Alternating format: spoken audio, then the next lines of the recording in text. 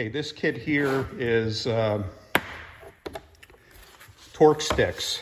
These are different torque specifications for different vehicles. The thickness, like if you look at this one here, you can see this one's fairly thin, this part of it. This determines how much twist can get through the tool. And this one's only 55 foot-pounds. As you go up to this end where it gets thicker, this one here is, let's see, 140 foot-pounds. It's kind of, I don't know if you can see it on there, but it's actually printed on the tool, 140. Mine takes 120, I believe. So if you look at this one, this white one here, I don't know if you can see it on there, but that says 120. This makes it so the lug nuts don't tighten to more than 120 foot-pounds.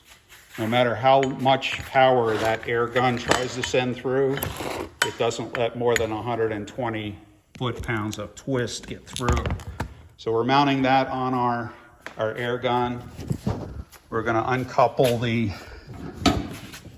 air ratchet, couple our air gun. Let's see. Okay, I'm going to come over to the wheel. Again, I'm using this setup here. I have to change the direction now, so I'm going to hit the button, which is going to make it turn the other way, as you can see. Okay, so you just want to make sure it's going in the right direction. So that's tightening one. Now, you never tighten them in a circle. So you don't tighten this one, go to this one, go to this one, go to this one. You're going to kind of cross over like the star pattern. Come up to this one, you're kind of crisscrossing. Want to come down to this one. Come up to this one. And then finish with this one. Okay, so you can double check.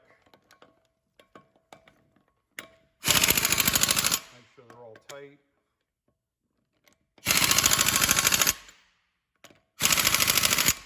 Okay, just kind of going over. It's good to check to make sure you didn't miss one of them. Notice I hold the air gun on for a couple seconds. Okay, you don't want to just hit it 1 second and go. You want to wait a few seconds. Okay, the last thing I need to do is put the cap back on, the wheel cover. This basically you just line up where it was and basically give it a tap. That's on there. I have to raise the lift up now to be able to lower the front down. So the way we're going to do that again is if we turn the key to run, which will allow the green light to come on, you can hit the raise button. The whole lift is going to go up. And just watch, again, the clearance up here. Make sure you don't hit anything. Okay, again, it gets pretty close. Okay, we're gonna go underneath and lower the lift down. Now on this lift, when you wanna lower it down, first thing you need to do is move this lever over to the release. So it's gonna be on engage. And then just move it to release, that'll unlock it. And then you need to use 2 hands on these 2 levers to where it says lower. So you have to move this lever out. If I just move one to lower, it won't work. You have to have both hands. Both of them. This is what I'm doing right now. Okay, so we're gonna let this come all the way down.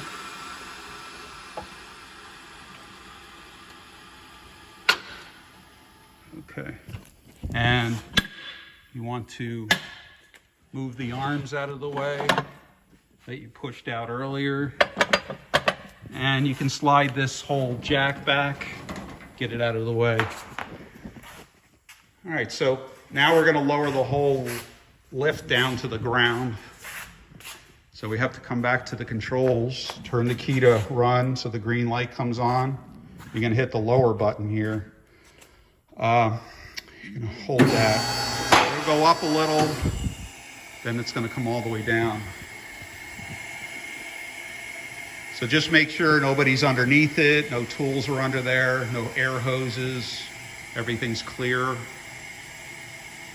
You don't want to necessarily just call out, you want to look, make sure nobody's still working on the vehicle.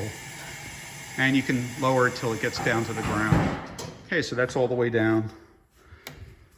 That's basically it for at least servicing the brake pads and the rotor, and a little on measuring the rotor.